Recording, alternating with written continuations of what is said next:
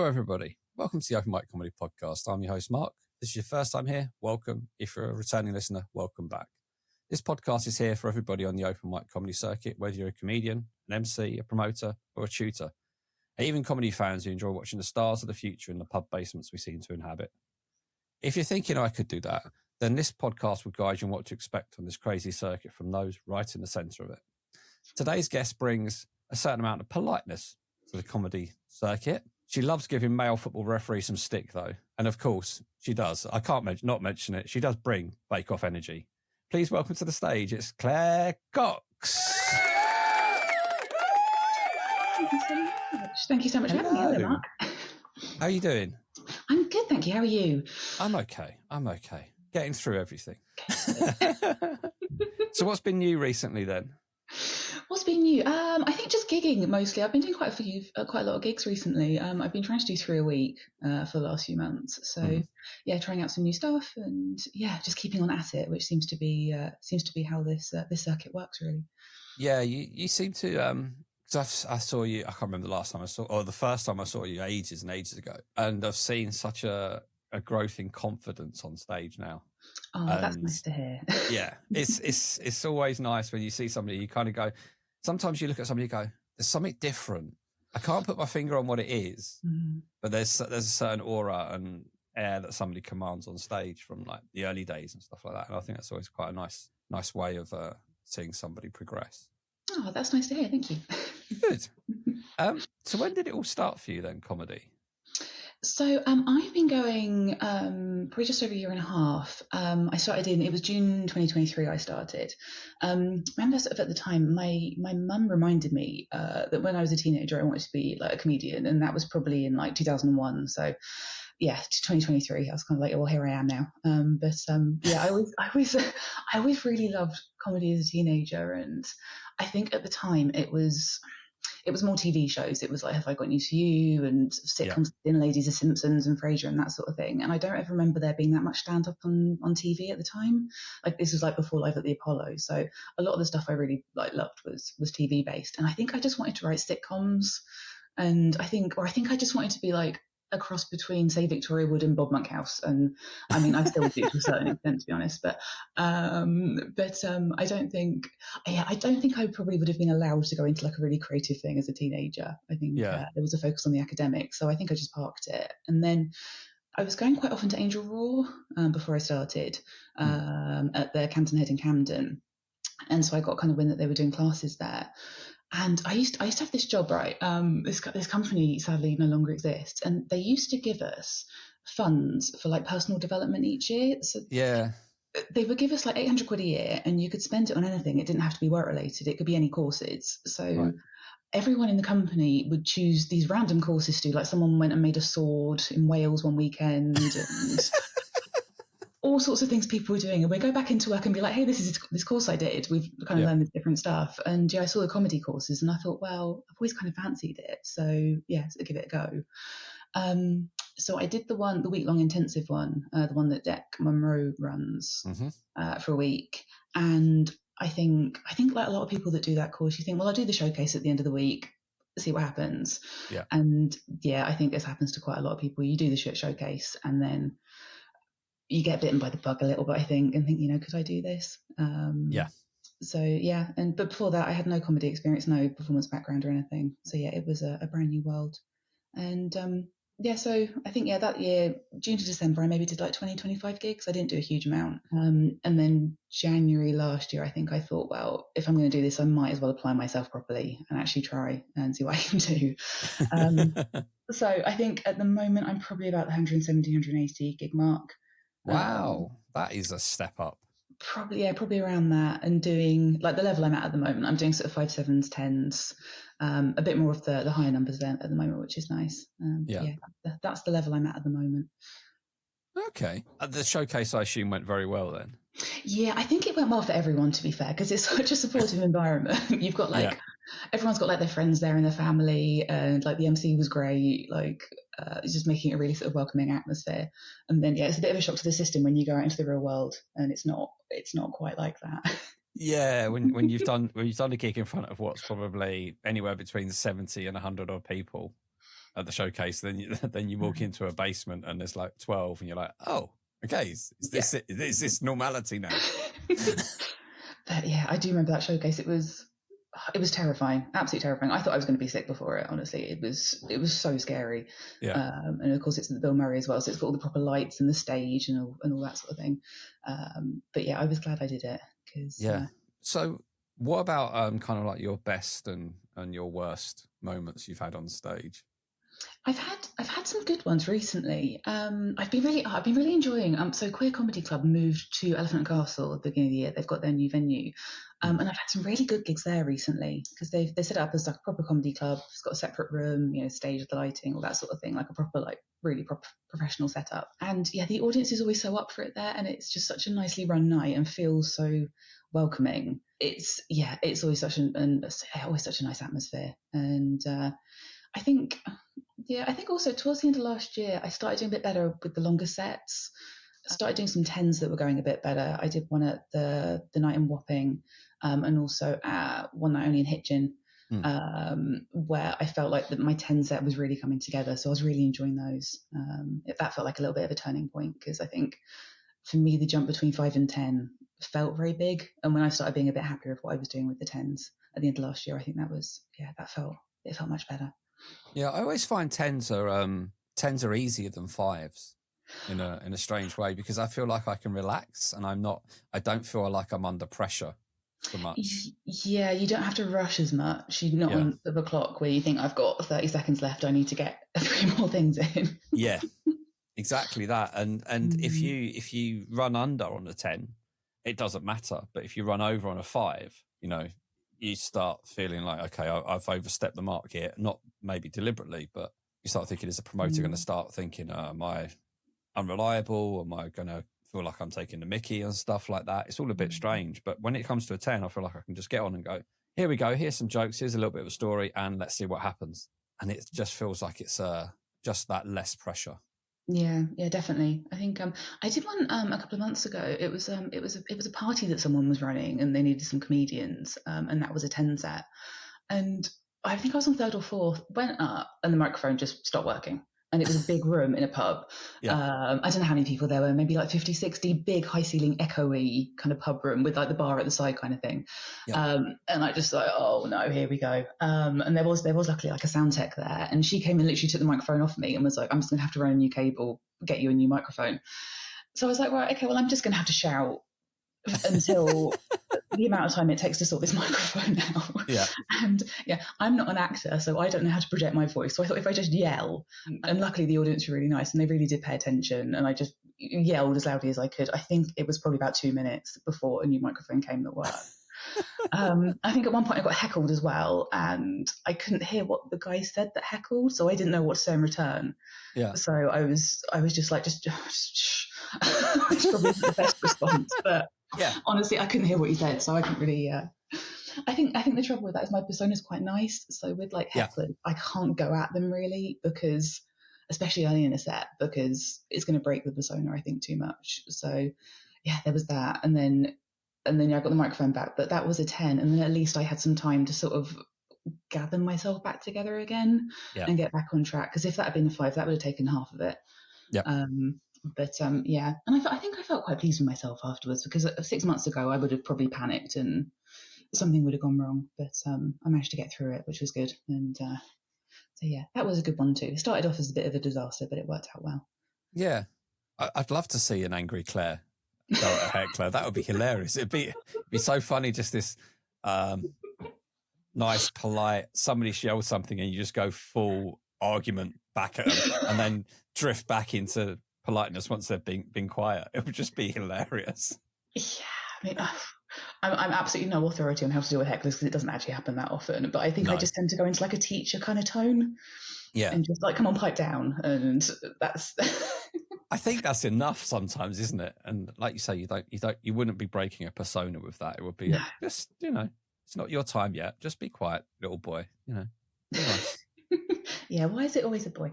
Yeah, I know. The one I struggle with sometimes is if people are chatting and what to say. Oh, Sometimes yeah. you get people at the front that are having a conversation, and I think, yeah, that's a little bit difficult to deal with. I might ask some more experienced comedians how they deal with that, because it seems to be something that happens occasionally.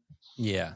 I think you get that on the open mic circuit sometimes when people aren't actually invested in a night, i.e. they've not paid any money, they think they can do what they want. They come along and they start chatting and you're like, and I don't know about you, but I guess a lot of people on stage, their brain just goes to that thing that's happening. And that's just you cannot deal with doing your set normally, because all you can hear is two people talking about something or whatever. But it's when people start trying to interject with punchlines and stuff like that. And you're like, cheers, mate. Thank you.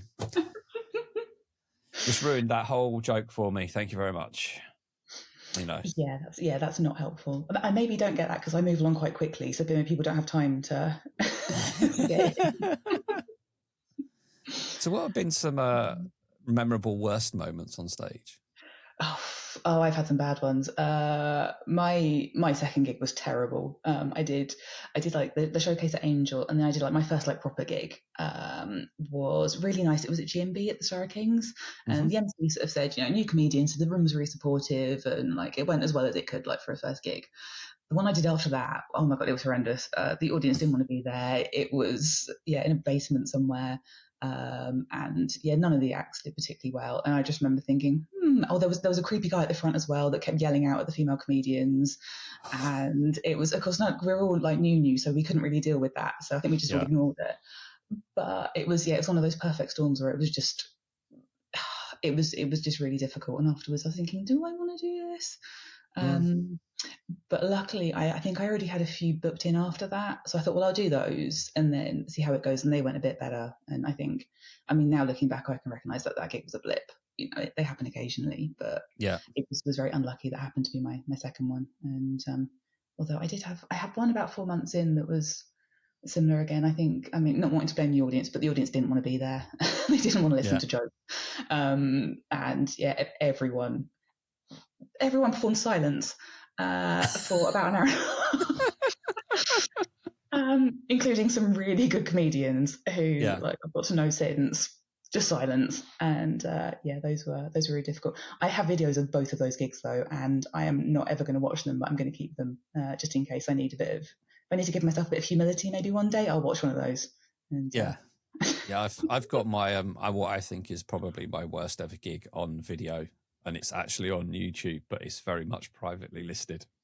Right, it's there, and I don't really have. I've watched it once just to see if it was as bad as I thought it was, and I was like, yeah, okay, we're going to park that one, and maybe if things go well, then I'll look at back of that and I'll really laugh, or I'll just, sometimes you just can't.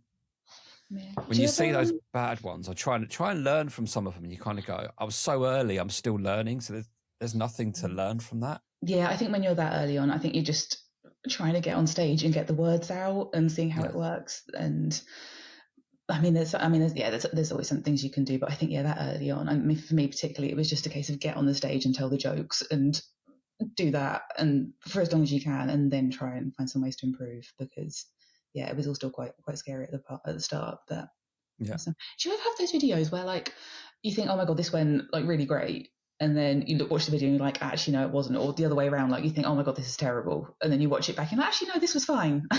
I seem to have that fairly often. I've had that where I've done a gig in front of I don't know how many people there was in it, 15 or 20 in the room, and I never felt like a punchline hit, never felt like I got anything. The room was majority of comedians, but there was literally a scattering of a handful of audience members, and I watched it back and it's like every time I told a joke with the punchline, I got a reaction. It wasn't a loud reaction, but I got a reaction. Whereas when you're on stage, because you don't hear the roaring laughter, it's like, okay, is that it? Right, fair enough. But I've done ones where I think I've gone on and I've nailed that. And then I come off and go, I don't know. And I really find it hard to be objective. And sometimes I'll offer it out to people and say, look, just give me some honest feedback on this. And you can kind of tell what their feelings are. Somebody says, "Oh, you look like you were really enjoying it." Like, okay. You didn't think it went as well as I thought it went then. You're just being polite and being nice. I get it. But sometimes I want somebody to turn around and just say, look, No, it was crap. Yeah, or like some direct feedback, like you need to do this, you need to do that, and then you've got something concrete to work on. I really like when people go like, "Oh yeah, it's got potential," in like a high voice, and you're like, "Right, okay." Yeah. I actually insulted a comedian once, and it was not deliberate. It was so early on, and we did a gig, and it was in a very quiet room. Nobody really got anything, and then I was talking to this Canadian guy after, and I just said, and I'll bear in mind, I'm so early. I said, I just love the way you handled yourself on stage. And he was like, "Oh, cheers, mate." As in to say, what, the rest of it was crap. I'm like, no. From like somebody who's done 3 gigs, I've watching you and how you've handled yourself on stage and your confidence levels and stuff. I think it's amazing. He's like, "Oh, okay." I really like the jokes as well, but that was the first thing that struck me. I was the one that was laughing in the audience, not everyone else. Yeah, I always think it's like good to be specific about, like, if you're giving people compliments, say that's something really specific that you think was good, rather than just this kind of blanket, good job, you did well. Yeah, nice set, mate. Great, yeah, thank you.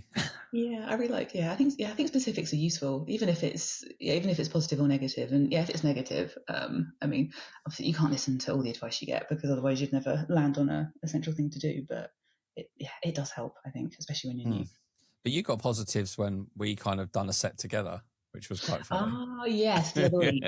Yeah. For those that don't know, or will probably not know, I decided to do a new set which involved speaking to somebody on the phone. And rather than have the conversation myself, I asked Claire to be the other person on the end of the phone. And it brought a whole new dimension to everything. And people seem to enjoy it. And the feedback I got after was, you picked the perfect person from the crowd to be. I seem to remember the first role was directory inquiries, and I said to someone afterwards about that, and they went, "Yeah, you do sound like directory inquiries." I was like, "Okay, yeah, fair." Yeah, because I remember actually saying to you, there was 2 phone calls, like directory inquiries and yellow pages. No, it was the garden centre. Yes. And I said, can you make it sound a bit less posh for the garden centre? And you went, "No, I can't." Okay, fair enough. Yeah, my voice is a thing that gets commented on at like the most by far, and I genuinely don't think I sound that posh. This is my genuinely held opinion, and it's actually starting to creep into my persona a little bit. There's a bit that I haven't done on stage yet, but I think I will. A couple of weeks ago, I was described as posh by the mayor of Chipping Norton. Okay. And then she described my comedy as relatable, and I think that basically sums it up. There's probably a bit in that, but I think especially over the last few months I've been leaning into it because I think, well, this is the thing that people keep commenting on, so this is kind of what people expect, I guess, when I sort of walk on stage and sound like this. But you're extremely clear with how you speak as well. In that it's not I never know how to describe this. Is that you sound very coherent in the way you're talking and very clear and very concise. Whereas somebody like me will waffle and it becomes a bit of a mess and you never know where you are. And that's the practice that I've not quite got kind of nailed down into this kind of persona. But you've got this aura that's very, we understand exactly what you're saying. And there's no, "Oh, what did they say?" That's good to hear because some feedback I got early on was people struggling to hear me and possibly being a little bit mumbly. And I think part of the reason I do sound a little bit more posh is because I've tried to slow down and speak more clearly. And I think that's kind of put me up like poshness level, essentially. Yeah, I mean, it could well be that. That might be one of the changes that I've noticed. I don't know. It's a really weird psychological thing when you see people and you kind of go, the jokes are hitting better than they were, and I don't know, it seems more well-rounded. Yeah, I've really tried to slow down. I think I still go too fast a little bit because I think it's easy sometimes, especially if there's a big audience and the nerves take hold a little bit. It is easy just to speed up accidentally. But I've really tried to slow down and also just stop for the punchlines. And I think I've got to the point where I've got jokes that I know will generally get a strong response to, and I just need to stop and wait. And that takes, I don't know, I think it takes a little bit of confidence to get to that point because you've got to know that people are going to react. And I think, that comes with practice and doing the same jokes again and again and knowing how people react to them and getting better jokes as well is a big part of it because then at least you're confident it's gonna land and you can take that pause and look at them and be like, right, it's time for you to laugh now. Yeah. So talking of jokes then, can you remember the first joke you wrote or the first joke you ever told on stage? I think the first one, so before like the Angel course, I'd never written any jokes. That was the first bit in that week. I think the first one that I came up with that week that I liked, it's in the women's football bit now, but I basically talk about something that upsets a man very quickly, and as say the quickest way to upset a man is to tell him that you don't think Quentin Tarantino films are very good, and that tends to work in front of crowds of women, and yeah, I just really like that. And I cycled through a whole bunch of stuff. So it was like, Black Mirror or cultural things that men tend to like. And I think I did land on Quentin Tarantino because it kind of sounds nice and it's very specific. Yeah. So yeah, I think that was the first one. And I think it's probably still one of my favorites, just because it's a little bit mean. But it's kind of a poking fun kind of way rather than being mean. I think that's where I like things to sit that are ripping people. Yeah, I think the specificity of that is also quite good. Yeah. If you rather than anyone can say like action films or something like that, but actually being specific about one particular thing, I think it always adds another dynamic to everything. Yeah, and it comes from real life. It was something I said to a man several years ago, and I got a 5-minute lecture on why I was wrong. So it's like, I'll just apply that to all men. You should do a set on that, a full set on that, and with the conversation of what the man says, and then you rebutting, no, that's clearly not correct because this happened. I couldn't get word in edgeways. That's the true story of what happened. It was a monologue. Yeah, a lot of the ones that I do like do come from a place of truth. Yeah. So what is your kind of joke writing process then? Do you have one, or is it just? Yeah. So there's kind of two ways I approach it. I use like my sort of, I think like a lot of comedians, I use my sort of iPhone notes app, and then I use OneNote as well to like organize ideas and stuff. I'm pretty organized as a person, so if I kind of stumble on something that I think of, it just goes in the iPhone, notes app. Yeah. And then at the end of the week, I look at what I've got in there and see if I can write it out into some sort of jokes. And sometimes, I mean, I can just sit there and write jokes like on the laptop. I can think of a topic and I try and approach it with like, think about, does it fit my persona, and does it have is there an angle that my persona can look at topics with? I think the women's football topic is one like that, where like, I'll go to see like Arsenal women's team play and what my kind of middle class, naive persona thinks about that.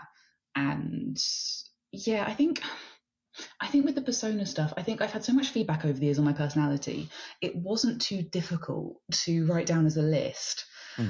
These are what people have said about me. These are the assumptions that people say about me, especially people that don't know me very well. I tend to get kind of like privately educated school teacher and stuff like that, because it tends to come up a lot. Also, like I record audiobooks and that sort of thing. So I literally sat down one day and wrote a whole document of what everyone has said, and used that to build a persona around, because my logic was, from an early starting point, I kind of wanted to be on stage what people would assume I am. So it kind of makes it a little bit easier. So they're like, okay, fine. The audience is like, okay, fine. This is this kind of person. We know what to expect here. And they kind of feel comfortable with it. So yeah, I look at things from, kind of like a middle class kind of point of view and see what I can fit in with that, because there's some kind of easy jokes in that sometimes. And then I try and look at things like, is there any word plays in there in the topic? Is there anything kind of topical I can link to it? And that kind of thing. I really like late night TV writing, things like Last Week Night with John Oliver, those sorts of shows. And I really like the kind of jokes they do on that. So I think I watched those way too much, and that probably influences a little bit of how I'm writing. Yeah. And I think one thing I definitely do is I like my setups to be as short as possible, and ideally a joke in themselves. It's really important to me to have like a lot of punchlines. I don't know why. It's just the kind of style of comedy that I like. So if I've got 2 sentences of a setup and a punchline, I'll try and make one of those a joke.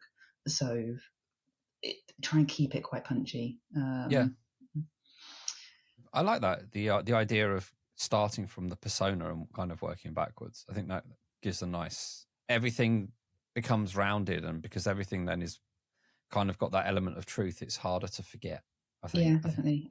Especially if you're telling stories and they're like completely true, it's not difficult because you can remember it all as it happened. Whereas if you start embellishing a little bit, it's harder to remember, because it's it's a different kind of memory, I suppose, you're trying to draw from. But I think one thing I like as well is trying out long and short versions of jokes on stage, where because some of them do work in a kind of a longer format. So some of them I'll write a very short setup and a punchline, and if that doesn't get too much, I'll try and expand on it and explain things a little bit more and try that. Yeah. So I think there's kind of there's a school of thought where kind of the less words the better. I don't always find that to be true. I think sometimes they do need a bit of space to breathe and a bit of explanation, a bit of the audience getting on board with you, and even building tension, those sorts of things. Yeah. And I think some of my early jokes probably suffered from being a little bit too short. Okay. So yeah, it's fun to mess around with that. But one thing I do quite often is I go to Angel Writing Gym, which is on Sundays. And I found that so useful, especially when I was new. The first one I went to, I've probably been going about 3 or 4 months, and they had Adam Bloom in doing like a Q&A with the book that he wrote. Okay. It was like the first one I went to. It was like advertised as like, yes, a special event kind of thing for Writing Gym. So I went down, and it was packed, and there were loads of people there. And I thought, oh, this is great. I'll come back. And it's on Sunday afternoons. It's at Bill Murray. It starts at like 1 o'clock. And they have like a different tutor each week who's a professional comedian, and the format is different each week. So sometimes it'll be about storytelling, sometimes it's about pure joke writing, sometimes it's like, oh, if you've got a bit, get up on the stage, try it out, we'll all give you feedback. So it's like a different format each week. But I found it so useful because you can pick up different writing techniques, and I think like for me, it's more useful than going to a few open mic nights because you can try stuff out. You don't have to remember to put it at the end of a 5-minute set, and you've kind of got an audience there, and you'll get some real-time feedback, and it's been so useful. I would definitely recommend to anyone to go along to those. Yeah, we've just started there's a little collaboration Hertfordshire of like a workshop that goes on every weekend, and getting people in the room telling jokes and trying things out and in a completely safe space. And I do think those things add a lot of value over just smashing out material in front of people that don't care about it. Yeah, I think it builds a sense of community as well. Like the amount of people I got to know from the writing gym, it's loads of people, and then people start setting up gigs, and you can go and do their nights, and it happens. I mean, probably a few times a month I'll bump into someone that they'll go, "Hey, I know you from writing gym." So it's definitely helped with that kind of community aspect, and then which is part of the open mic circuit. It's one great big community. Yeah, okay. You kind of jumped forward onto one of the next questions about your thoughts and feelings on the open mic circuit, good or bad, and experiences and general stuff. Yeah, so I think with the open mic circuit, what I'd really like to see is more diversity on lineups at open mics. I think especially, I mean, speaking about London here because that's where I gig. They're all book shows. It's not. I'm not aware of any way you just turn up and like put your name down and your name gets drawn out of a hat. As far as I'm aware, they're all book shows, so it shouldn't be too difficult to not have like 9 white men and like 1 white woman. Yeah, I agree.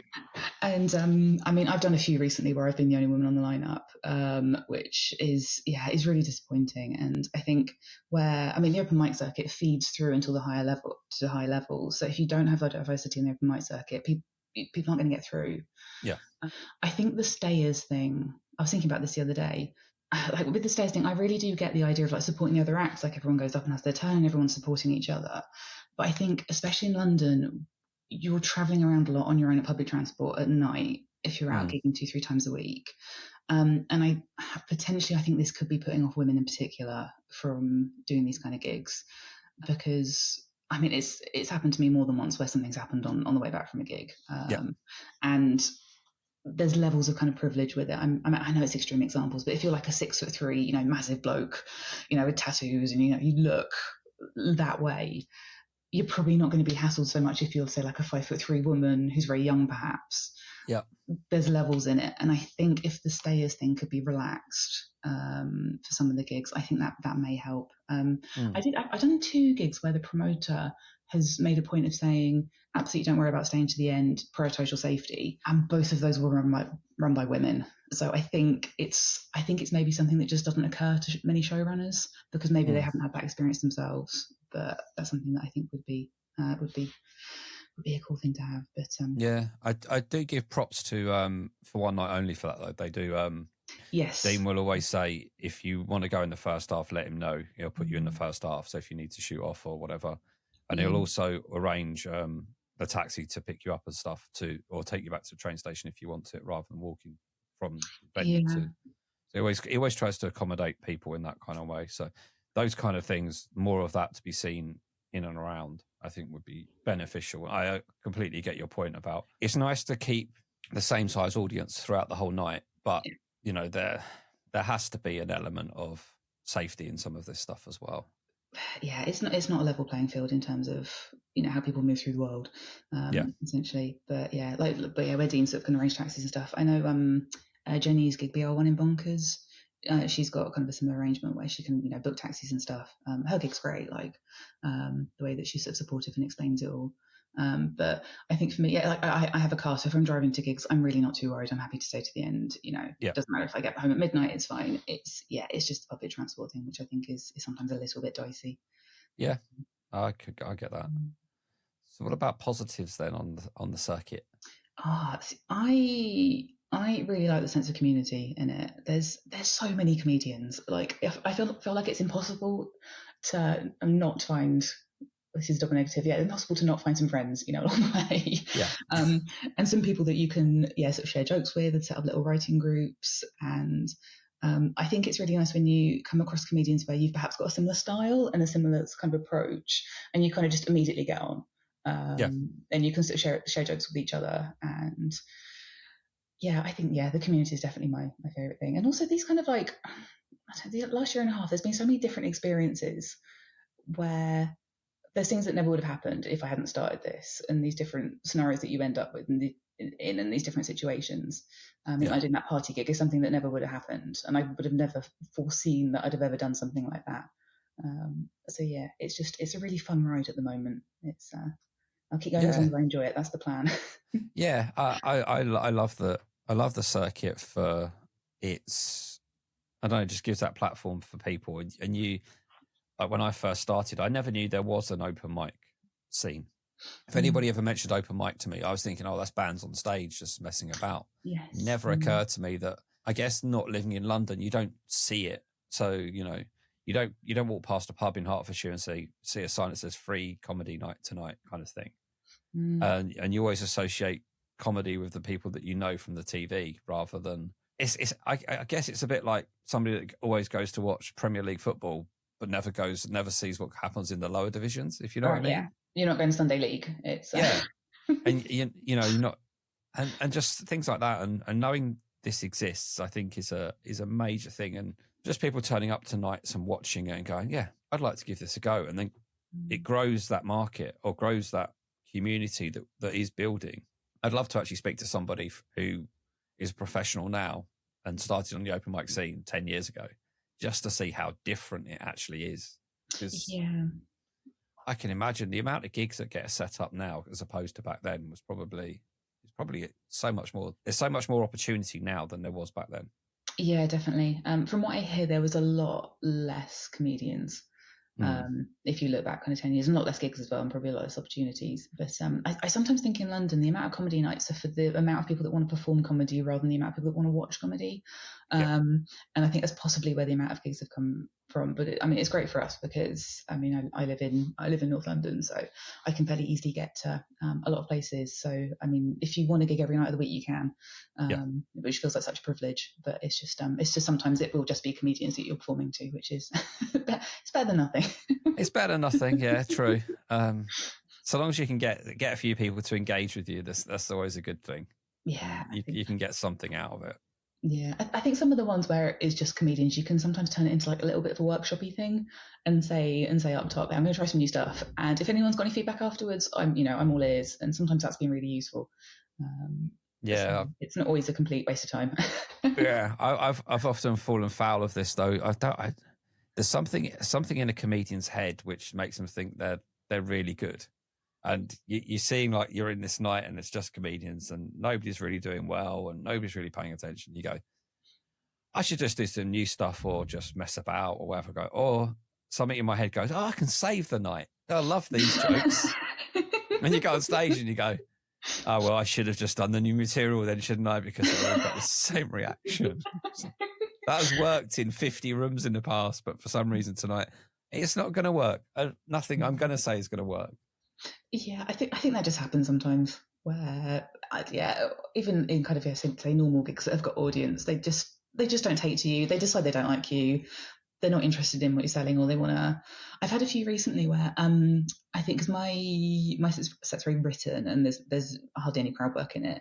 I think some audience really like to be spoken to, and you can kind of sometimes see people like almost sitting on their hands, like wanting to get involved or like responding to stuff. I've got some jokes about dressage, and someone the other day I mentioned dressage, and someone went woo, and I was like, "Oh, do you like dressage?" They were like, "No." I think they just really want to be spoken to and be like involved in the evening. And I think if you've got kind of an act like mine, which is very much talking at an audience, it's just not what they're there for. And then someone who's really crowd work will go on and have a great gig because the audience is really there for that. And I think maybe it's a case of adapting to that, or just accepting that sometimes it's just not it's not what they want. Yeah, no, I try to bring in crowd work, but try to get the audience involved as a group rather than an individual. I always find, like, when I do the lookalike bit, and if I do that and I'm getting a yes or a no back from the audience, that'll give me an indication at the start whether I've got an audience that actually wants to be engaged with or not. And if you shout something, if I do the lookalike bit and I get nothing back, it's like, oh, this is going to be a rough 5 minutes then. Give me something, please. Yeah, I know I can struggle a little bit sometimes with younger audiences. So if you go in and everyone's kind of under 25 or there's students and stuff, I can sometimes struggle a little bit. I know if there's like a room full of like middle-aged blokes, I know I'll usually be all right, because it's all very kind of set up punchline jokes, and I think that's what middle-aged blokes tend to go for. But when it's a load of youngsters, sometimes I'm like, oh no, they're not gonna like this, and I will drop some of my early jokes because I know that they don't like them. So I've got a bit where I kind of take the piss out of various towns, and I don't think younger people quite understand that Slough is somewhere that you can mock. Or sorry, that sounds like I'm being infantilizing to the audience, but it's not the kind of thing they want to laugh at.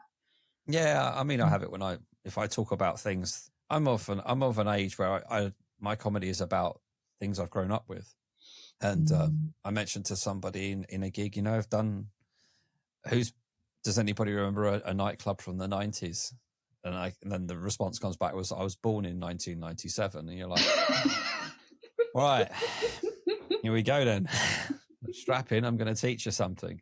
But it's, sometimes they're willing to be that, but sometimes you just get nothing, and you're like, okay, that's not going to be it. I need to just look around the audience and go, I don't know what I'm going to do.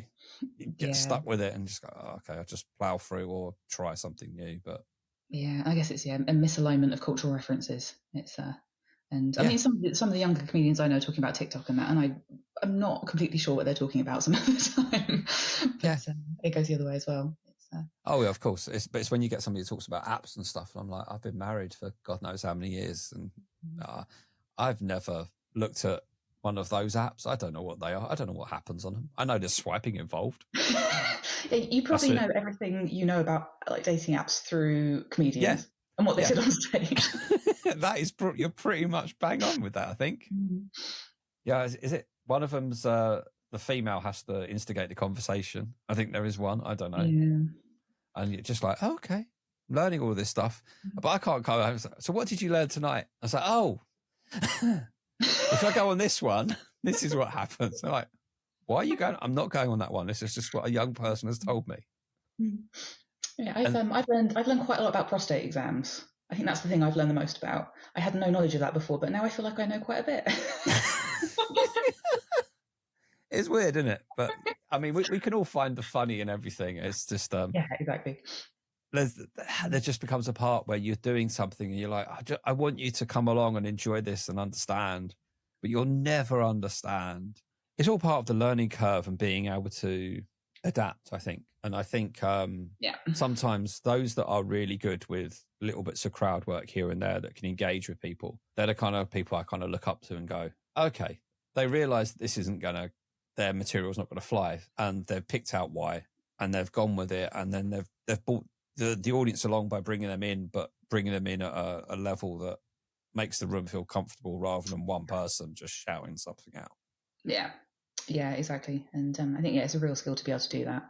And I feel like it's the kind of thing that, well, I'm sure with some of these things, some people can just get on a stage and talk to people and be, you know, there's people that are emceeing for the first time and they're great, and you're like, how are you, how are you so good at this?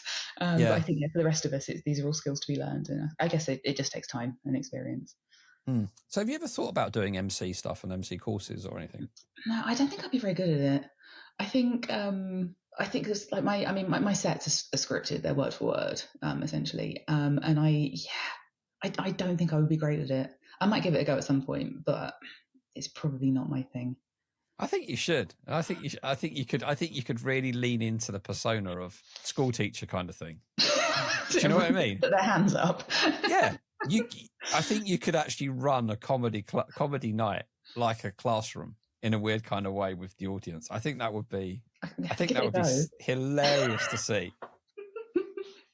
But I think MC course, learning how to MC and stuff like that, I think is, it can never, even if you do a course and never MC, just learning those skills of interacting with people and not being caught out by, you know, if you ask an audience a particular question, you don't get a response back, or you don't get the response back you want, you start learning that, okay, I need to have multiple different ways of keeping the flow going. So, you know, if nobody's ever seen Tinder, then I can chuck a joke in about this and maybe move on to something else that covers what you're doing.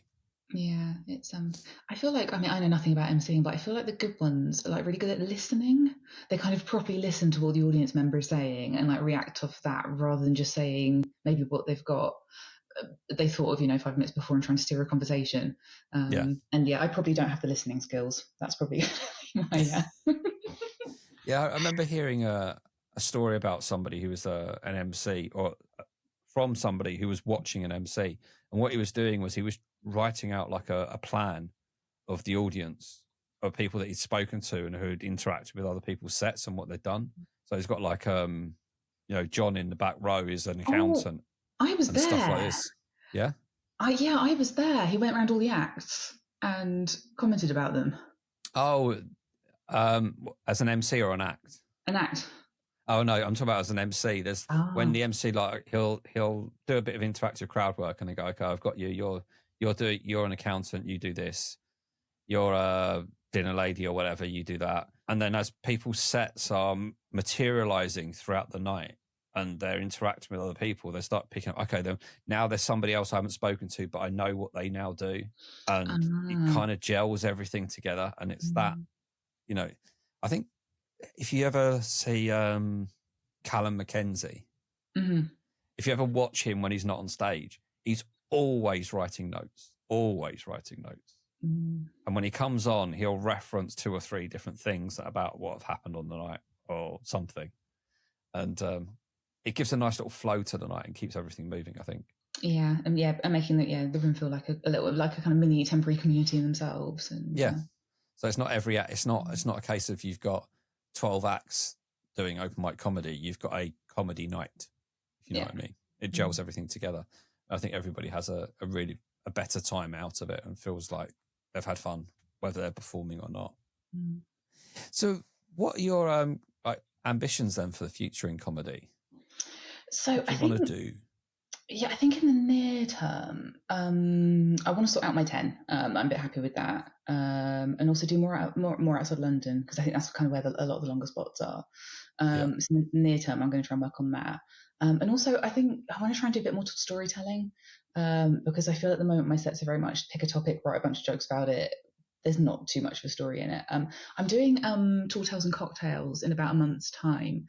So I've got some time to prepare. But yeah, I'm really looking forward to that, coming up with like a 7-10 minute story. And performing that sort of lighter on the jokes, but bigger on the storytelling sort of thing. So that'll be a really fun thing to do. But yeah, longer term, kind of got a vague plan for doing something at Edinburgh this year. It's not all nailed down yet, but I'm probably going to do, it probably won't be a split bill, it'll probably be more of a mixed thing. Okay. But, with the you have to sort the venues and everything out, so it's all sort of work in progress at the moment. I went last year for a couple of weeks, and I opened for Beth and I, Beth with the paintings, for a week, which was such a great experience because I sort of did 10 minutes every day for a week, and it was like so much stage time for me at that point. We're getting to try out different stuff. In front of like a nice little cozy room. She had a great room that her show was in. Her show was great last year. I really enjoyed it.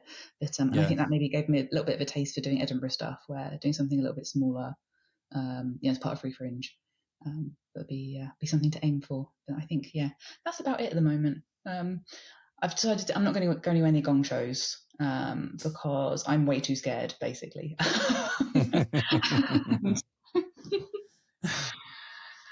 But I hear other comedians talking about them. I'm just like, no, I just no, I can't. It's no. No, I understand. Sometimes I wish I'd stayed away from them. Believe me, it's sometimes they can be fun, but sometimes they can be very detrimental. Depends if you're thick-skinned or not. If you're not thick-skinned and you take things to heart, sometimes they can be like, probably shouldn't have done that.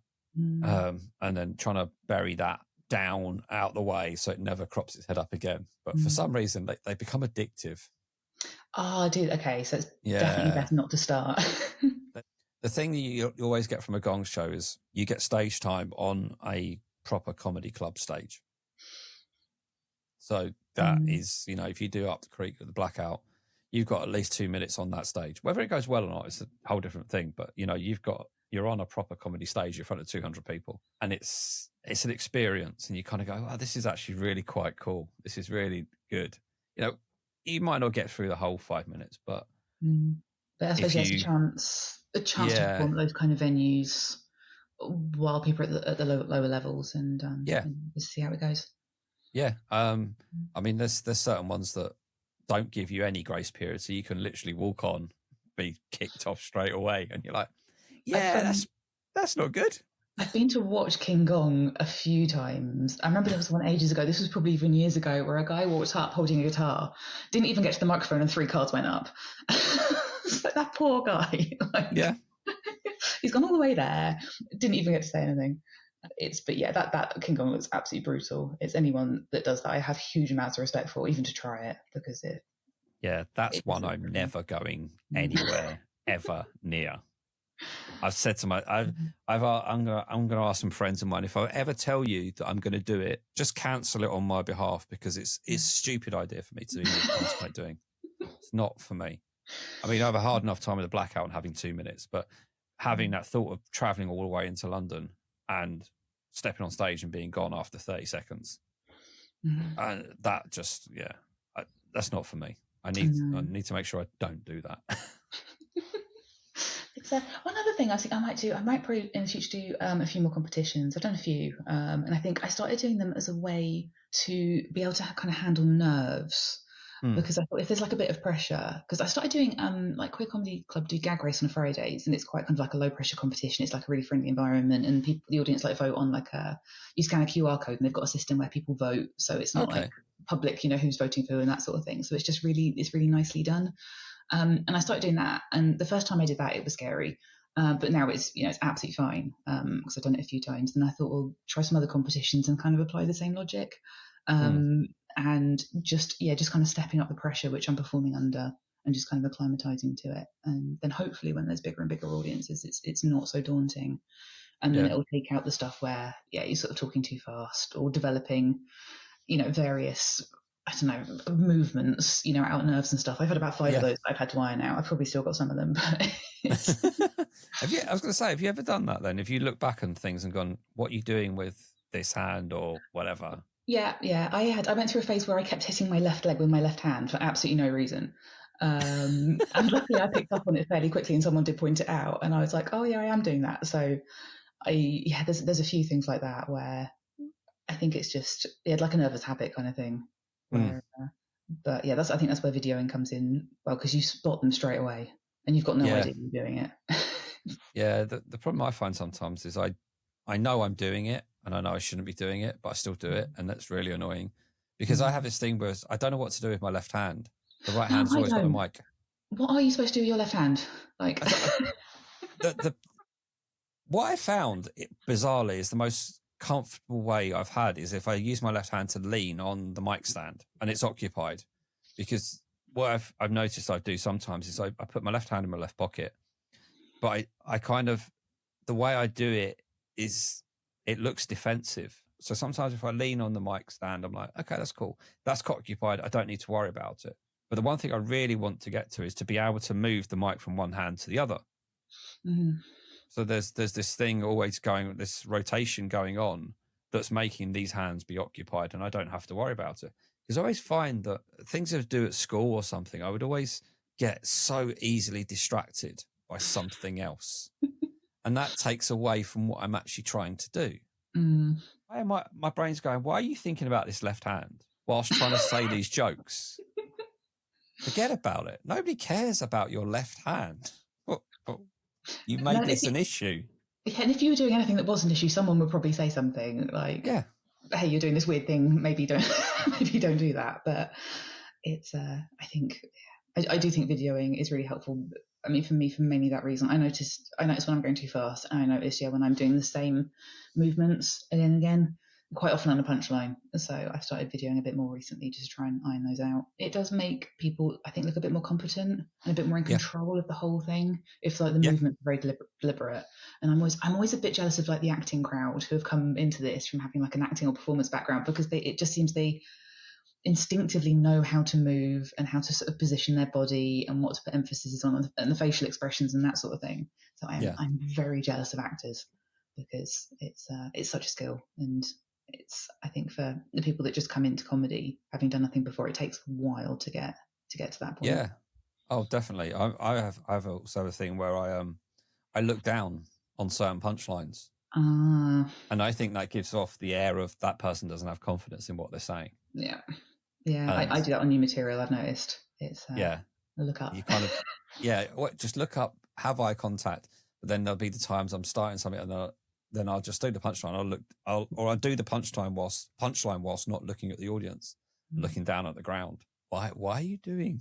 It's subconscious. Your brain's going, I'm not sure this is going to work. So, but if I'm not looking at people not reacting, then I'm going to feel better than looking into an audience delivering this punchline and getting nothing back. Yeah, it will feel better, but the punchline will never work if you're looking at the floor. Exactly. Well, it might work very occasionally. But yeah. Exactly that. But your brain has to go, no, look at the audience, tell the joke, be confident. Mm-hmm. If it doesn't work, it doesn't work, but then you know it doesn't work. Yeah, and then you can rewrite it or come up with something else. Or yeah, I think this is part of things while we're trying new material and you've got notes. It can be very difficult to judge whether the material's good or not, because if you're looking down at notes, you're obviously taking away from the performance, and that the connection isn't there with the audience. So I think sort of good jokes will work even if you're reading them, but some of the stuff that maybe relies on performance or tone of voice or that sort of thing is very, very difficult, I think, so I think you have to learn it, which is, I'm so bad at learning material, honestly. I just it's the worst part of this for me. I hate learning material, but like you have to do it, because otherwise it just doesn't work the same. No, I can't do notes on stage. I had instances where I've forgotten sets on stage, and then I've got to the point where I've written like a few things on the back of my hand, and then I realised that just became even more of a distraction to people that are watching, and I ended up at one point just right, okay, I need a prompt there, and I just put 3 letters, so each letter signified a section, so I knew where I was going. So if I had to, it's not like loads of notes on your hand, but I hate seeing people take notes on stage, because my brain immediately goes, I'm not going to get the connection. Yeah, I do it occasionally. I probably shouldn't, but I think if you're doing new stuff and you've got the notes, if you can go on stage, and if you do forget them, that's the time your brain hopefully could engage and go, time to play. Or you be honest and go, I've forgotten the next bit. And I've done that so many times. Yeah, I've forgotten the next bit. I've got no clue what's going on. And then sometimes you get like a really nice thing that happens is like an audience member will go, oh, you were doing this. Oh yeah, got it. And then you've brought that in. I did a bit where there's a video of me forgetting a set. or forgetting part of where I was. And somebody shouted out to me, "Oh, 26 years." I went, "No, it was 27, but thank you. You got me back on track again." And it just worked, and it's a bit of fun. You can't take yourself too seriously. No, that's true. Yeah, sometimes I'll write like a couple of words. It's my thumb behind the microphone so no one can see it. I'll write a couple of words if I've got big bits where I don't know where the kind of transitions are, if I've changed a set around or something, and then people can't see it because it's behind the microphone. But it is difficult to look. You have to sort of wait for a punchline and then look very quickly. But I think I even see sometimes on like pro comedians doing that, where they'll have some notes hidden somewhere on their hands and they'll just do it very quick. Kind of look down, but it's not obvious. So, yeah, there's there are some comedians out there that are very clever in their notes. I've said it before, but I've seen there's one particular Ricky Gervais special. If you watch it, he has the lectern in the corner where he goes and gets his can of beer from. mm-hmm. And there was a high top camera angle shot that was going down, and all you could see was a white piece of paper at the top of the lectern. You could never see it from the audience. Mm. So he's going over to get this can out and go, "Oh yeah, that's where I'm at." And you're like, that's cheating. You shouldn't be doing that. You're recording a Netflix special. You should not be doing that. Yeah, that's fair enough. I don't know how people remember an hour's worth of material when they're doing hour-long shows. That must be so difficult. You've got to think though that they do this. Where you might do it 3 times a week, they might do it 3 times a night, like the sections. So they've got the good grace to bounce between different clubs and stuff like that. So they'll do their one set there, go off to another one, or they'll do an evening one, an early evening, a late night one, and then it just hammers it home. But I think a lot of people now on the pro circuit, a lot of them seem to be getting directors involved. So they get people watching their sets pretty much every time they do it, taking notes. Yeah, it's a different world between. But is it that different in that sense? I don't know. But I guess you're less alone in the pro circuit because you've got so many people around you that can help you all the time. Whereas on the open mic circuit, you're kind of left to your own devices a bit, other than a few writing gyms and stuff. Yeah. And you think, well, I'll give this a go, see what happens. It's a lot of trial by fire. I do think the best way to learn is always on stage. I'm terrible. I find it so hard to rehearse at home. I'm not a word for word comedian. So I have the idea. I know what the punchlines are, but I don't know the exact wording that I'm going to do. And I'll only pick that up if I do it over and over again on stage, rather than sitting at home going, "Oh, I'll do this. I'll take this word out," because inevitably when I get on stage, my brain goes blah blah blah blah blah blah blah blah blah blah blah blah blah blah, and the other part of my brain's going, "These words should not be in this joke. But you're still saying them. We know this. We've discussed this before." And the mouth's still going blah blah blah blah blah blah blah blah blah blah. And like, oh God. That must be interesting though, because you must get different audience responses every time, and like have to react to that, and like different kind of size and length of laughs, or people chucking comments in, or so yeah, you must be experience a lot of kind of, what the word is, say, interaction in a different way. Yeah, I do get a reasonable amount of interaction with some of the stuff I do, but it's my brain just runs away with itself at times, and I'm self-editing, or my brain's trying to self-edit on the fly, and my other half of my brain's going, "No, we're just going to let this mouth just run riot and see what happens." You're like, "No, stop it, leave me alone." I'd love to be word for word, but I can't. I remember once I had a load of jokes that I thought was too wordy, and I like dictated them into my phone, like writes it out, and I could really clearly see where my waffle was, and I was like, "Oh, easy, just take that out, take that out, take that out." So it really helped, but it's yeah. I've got my set as such written all out and typed all out, concisely taken apart. But then when I get on stage, I get distracted by like it just doesn't happen that way. I'm just like, yeah, whatever. Well, it's a fun journey for everyone at that point. Yeah. Don't know what's going to happen. If you do Edinburgh this year and things kind of go well and all of that kind of stuff, and Claire Cox takes off into the ether with comedy, and you get to appear on something like Netflix or Comedy Central or Live at the Apollo, and they sit down and ask you, what music would you like to walk on the stage to? What do you pick? The open mic gigs that do walk on music, I always pick Elastica and Connection, and I'm not entirely sure why. I think it's because it was the theme for Trigger Happy TV, and I really liked that show. I think that's basically the I thought I'd put into this. So yeah, that's what I tend to choose. I think I really like metal and rock music, but it's not going to go with my vibe. So I don't think I don't know, Enter Sandman or something is really going to work for my vibe. So it could be a nice flip. There's and then on you hello, and you're immediately going to have a laugh. You know that's going to happen. I'll tell you what, next time you do Comedy Incorporated, ask them to put something really heavy on before you come on stage. See what happens. Go, hello, I'm going to talk to you about Pony Club now. But yeah, I think I chose Elastica just because it's got a fairly long intro, so you don't have to rush too much to the stage. But I think something kind of, I feel that's quite neutral, like a neutral kind of song like that. Yeah, you take me back to the 90s. That's my era of music. I loved Britpop and indie and stuff like that. That's my home, and a little bit of metal thrown in, but not too much. But Metallica's kind of the hardest it gets as such. Mm-hmm. Don't generally go beyond that level. I know there is a certain level above that, and I'm just like, yeah, Slipknot, no, not for me. But I'll stop at Metallica.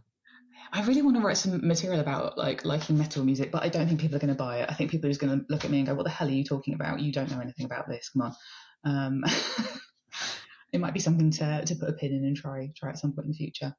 I've always thought there's an interesting topic people can do. There's this massive thing about people wearing like Nirvana t-shirts now that are like 17 years old and 18 years old, and they've never heard of Nirvana. They just bought this t-shirt and like, well, name me a track. And there's that whole thing. And it's kind of like if you walked on stage with like a Kill 'Em All album cover or something from Metallica, and people are like, no, it's not true. I can name you every single track on this album. Do you know? It's weird things like that amuse me. Yeah, it has happened to me where I've been wearing like metal band t-shirts and people have come up and said like name all the songs. Yeah. It does happen, but yeah, there's probably some stories in that. It's even happened before at gigs of that band where I've been wearing their t-shirt and someone's come up and said, "Can you name 5 songs?" Yes, I can. I've got 6 signed albums. Do you want the picture of everything? But I do find the Nirvana thing weird. I walked into Primark the other day and they're selling Nirvana t-shirts. Yeah, they've become fashionable, but nobody really knows. Yes, why. It seems to be Nirvana, Metallica, and Fleetwood Mac seem to be the ones at the moment that are that are everywhere. But I remember somebody saying, if the guy from Foo Fighters shaved his beard, he'd look like the drummer from Nirvana. I'm like, yeah. Yeah, he would, wouldn't he? He probably would. Be a very good impression. It's like, Jesus Christ. But I feel old now when I start talking like this. Oh dear. Yeah, you're one step away from going, in the old days. Don't. It's that point where you see a piece of technology and you're thinking, do I know how to use that? And you're like, oh no. If that can't happen to me, if that happens to me, I'm done.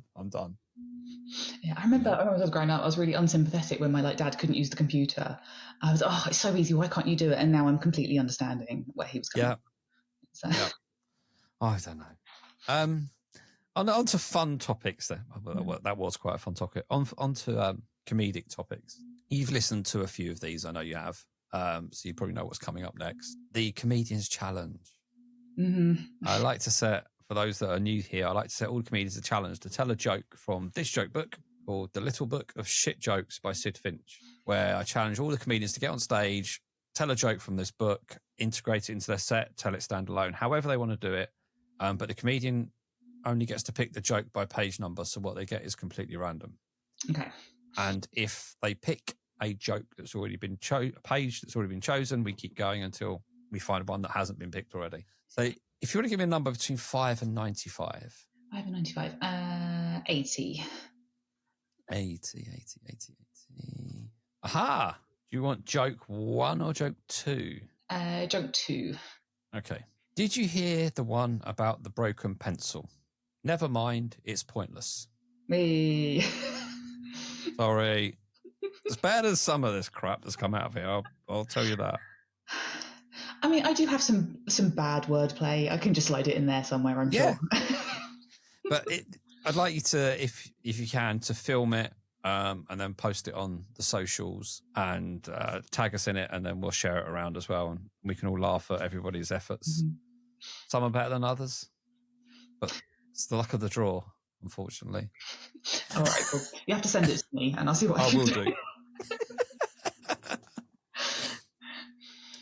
So where can people find you on socials? So I actually this week I set up a new comedy Instagram account because everything got too complicated on the old one. So it's Claire with an I _comedy, which I was surprised wasn't taken. That's on Instagram. Maybe because there's fewer female comedians, so the names are up for grabs. But yeah, that's where I'm on Instagram, and that's pretty much the only place I live on social media because I'm a okay. I'll put those details into the description of the podcast so people can find you and book you for their gigs. Oh, nice. Yeah, that would be nice. So where are you usually found to be gigging then at the moment?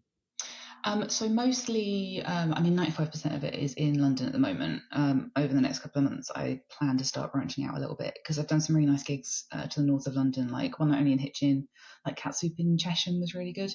I grew up in Chesham, so that was a really fun gig because when I'm talking about Pony Club, they know exactly what I'm talking about. One audience member knew the name of the woman that ran the Pony Club I went to. Okay. But yeah, so yeah, they were very much on board. But yeah, so yeah, that's what I'm going to try and do in the future. But mostly on the London circuit at the moment. Okay. Yeah, so check Claire out on Instagram. You can find us on Instagram at Open Mic Comedy Pod. We've got a website, openmiccomedypod.com. Whichever platform you're listening to us on, please give it a like, follow, subscribe, and all of that jazz. It would be greatly appreciated and gets us up the charts and all these people heard and a bigger audience for them. Lastly, just want to say thank you for your time today, Claire. Oh, no, thank you for having me. And for everybody else, I will speak to you all soon.